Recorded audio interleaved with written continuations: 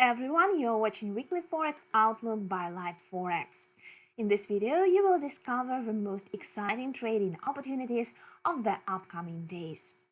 So let's begin, and we can see at the chart of the US dollar index that American currency managed to recover during the last few days and actually rise to the highs since the middle of February. American currency was supported by the fact that traders expect other central banks to be more dovish than the Federal Reserve, and this provides the US dollar with the competitive yield advantage. On the other hand, President Donald Trump said on Saturday that strong USD is hurting US competitiveness, and data last week kind of confirmed that American economy does have some weaknesses. For example, ISM manufacturing PMI came out at the lowest level since November 2016, and American personal incomes dropped for the first time in 3 years.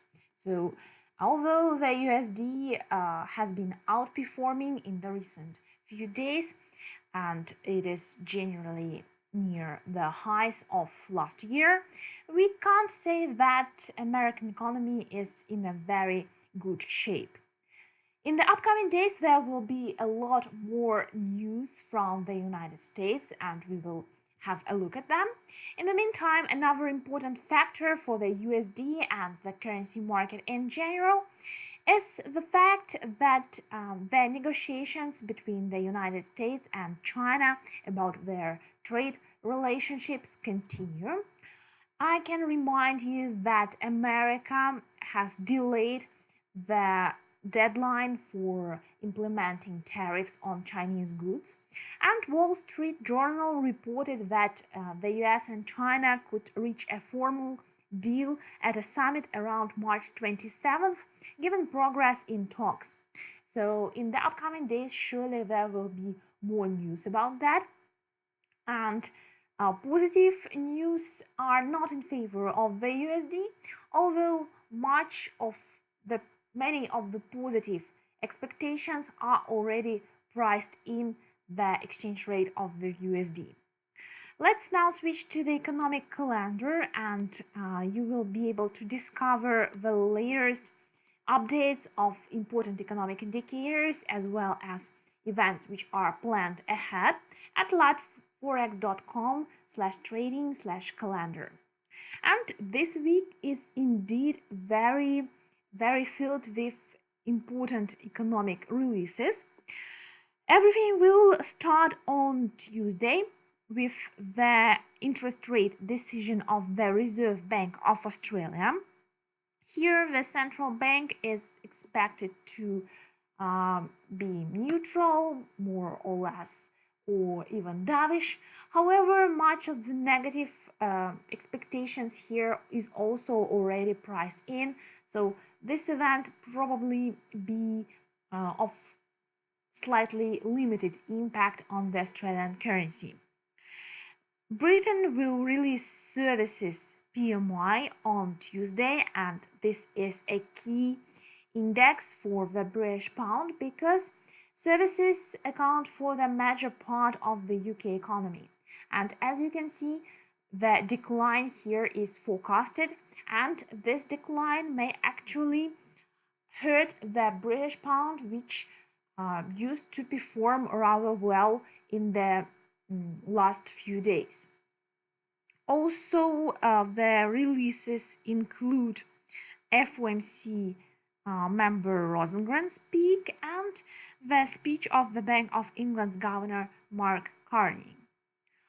On Wednesday, we'll hear from the Reserve Bank of Australia's Governor Lowe, and also Australia will publish GDP figures, the quarterly economic growth, and the expectations are positive. However, the latest soft business inventories data and the decline in jobs advertisements in Australia kind of put this positive figures under some risk. So anything is possible, and if we see that the actual reading is not like the forecast one, then it will surely lead to big moves in the Australian dollar. Also on Wednesday, Canada will release trade balance figures, and there will be a meeting of the Bank of Canada. Here, once again, the central bank is expected to stay neutral or even be a bit negative, acknowledging various global risks. And there will be also the speech of FOMC member Williams and release of US ADP employment report. On Thursday, March 7th, Australia will publish retail sales. You can see that there are a lot of data releases from Australia this week, and here the forecast is positive. So we will see whether all these positive data releases come from Australia. And I'd like to point out that it may be interesting to trade the Australian currency not only versus the USD, but versus the Japanese yen, Swiss franc, and even versus other risk-sensitive currency, which is New Zealand dollar. Also on Thursday, we'll hear from the European Central Bank, as it will have a meeting, and there will be a press conference of the ECB's governor, Mario Draghi, ECB's president.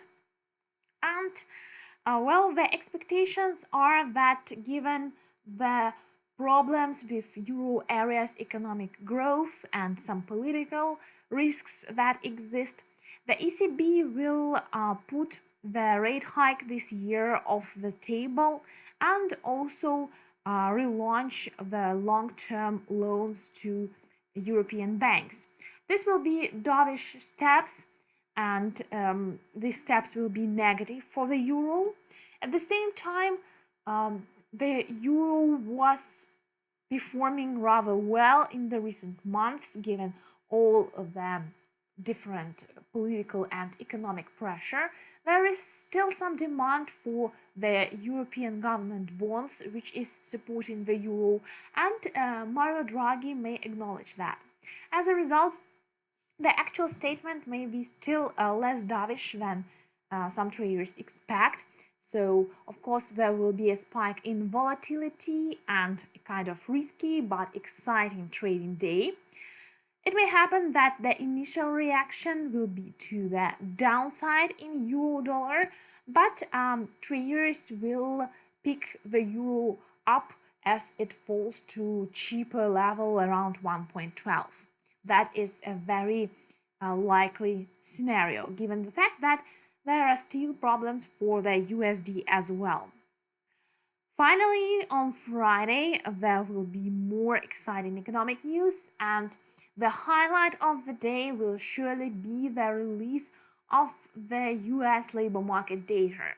This release includes non-farm payrolls, or NFP, and here the forecast is a bit lower than we saw in the previous month, but still it is a decent number which is expected.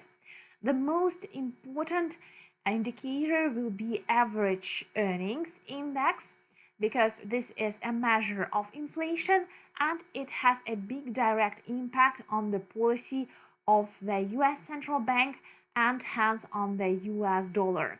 So watch this average earnings, and if we have a reading of 0.3% and higher, this will be positive factor for the USD and reason to buy the American currency. If the data disappoints, then the US dollar will form a top and fall down, so it will be possible to profit from selling the currency. Also on Friday, if you trade Canadian dollar, you may be interested in employment change figures. This was economic calendar, and now probably the most interesting thing, as we will skip through the charts.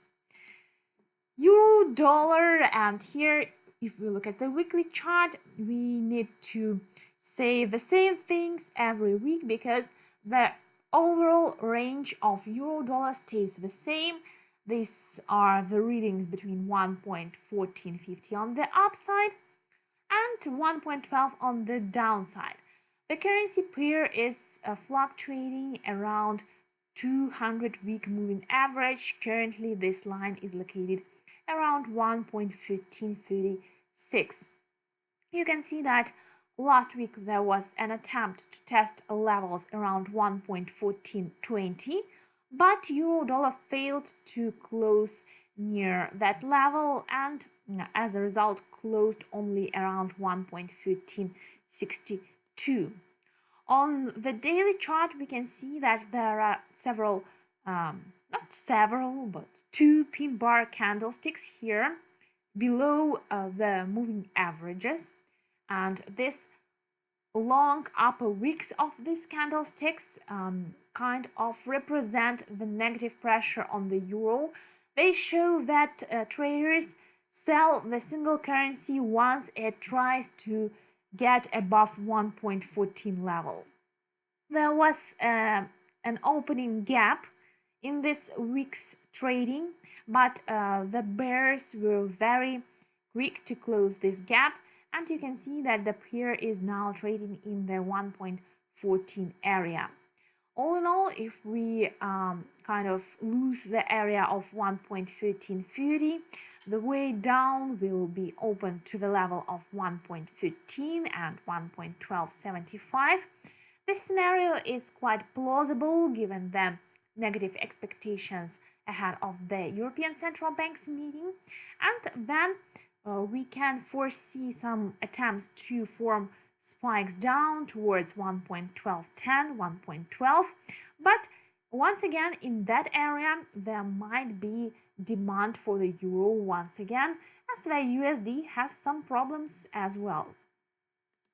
The British pound tested higher levels last week. It actually managed to rise as high as to 1.3350, and it happened as fears of no-deal Brexit declined after Prime Minister Theresa May said last week that lawmakers would get a chance to vote on a delay to Brexit if they choose not to approve her withdrawal agreement. So overall, it means that some kind of decision will be made. Either Brexit will be delayed or there will be a Brexit with a deal. Both scenarios are acceptable for the British pound at this point. However, you can see that still the British pound closed rather far away from the week's highs, and there is 100-week moving average at 1.32. Currently, it is acting as support as the pound opened the week with a gap to the upside. Decline below this level will certainly increase the pressure of the bears. On the daily chart, we are observing here the picture. Trading will certainly be volatile with all the data from the United States and also figures from Britain and speech of Bank of England's Governor Mark Carney. So now we can here mark a short-term channel for this pair on the daily chart. We can see that Fibonacci level is located around 1.3385, and a break above this point is needed to open the way to higher levels, to the levels around 1.3450, 1.3540 are the levels we can target on the upside. In the meantime, declines below support around 1.32 and 1.3155 will open the way down for the stronger and the bigger support in the area of 1.30. Some picture with greater detail here on the 4-hour chart. We can see here divergence in the oscillator and well, support will likely be tested. The USD tested higher levels versus the Japanese yen so far, so we can see that American currency keeps breaking higher and higher, and now it is trading above the latest resistance we have identified. Now this is a support at 111.75. The risk favorable picture, the hopes that the United States and China will reach a trade deal are in favor of bullish dollar versus the Japanese yen. And if the markets remain favorable and if the data from the United States is strong, then this week we will have a very good chance to test resistance around 112.70, 113 marks. Support is located at 111.75, ahead of 111.30 and 110.30. The US dollar Canadian dollar manages to hold in this overall long-term uptrend, although the support at 1.3115 was under serious test last week. However, some dismal figures from Canada and the decline in oil prices made the US dollar strengthen. You can see that American currency is currently near resistance in the area of 1.33, 1.3330. And if we get above this level and a close above this line, there will be an inverted head and shoulders pattern, which will open the way up to 1.34 mark and, well, at least 1.3460 level. If the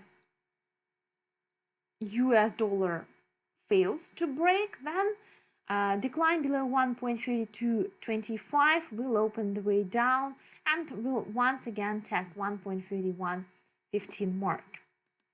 Australian dollar is in the sideways range between 0.72 and 0.7050. We do not expect positive movements from the Reserve Bank of Australia. However, positive figures are expected from Australian economy, and if they manage to come in line with forecasts, the currency will test levels at 0.72, 0.73, and probably even 0.74. New Zealand dollar is also holding above 0.68, and as long as it stays here, it will likely test 0.6850 and 0.69. The loss of 0.68 will bring us to support around 0.6730. Gold has made a very big decline last week, and we think that correction to the downside will continue, and we eye the level of 1275.50 as our target here. Brent oil is consolidating after forming an inverted head and shoulders pattern, and well, so as long as oil is trading above the mark of 63.90, 63, the long-term chances that it will continue the way up and get to 68 and to 70 are still quite significant. So if you are a position trader, this might be a case for you to look into. So this is all for today, dear traders. Thank you for your attention, and trade with Light Forex.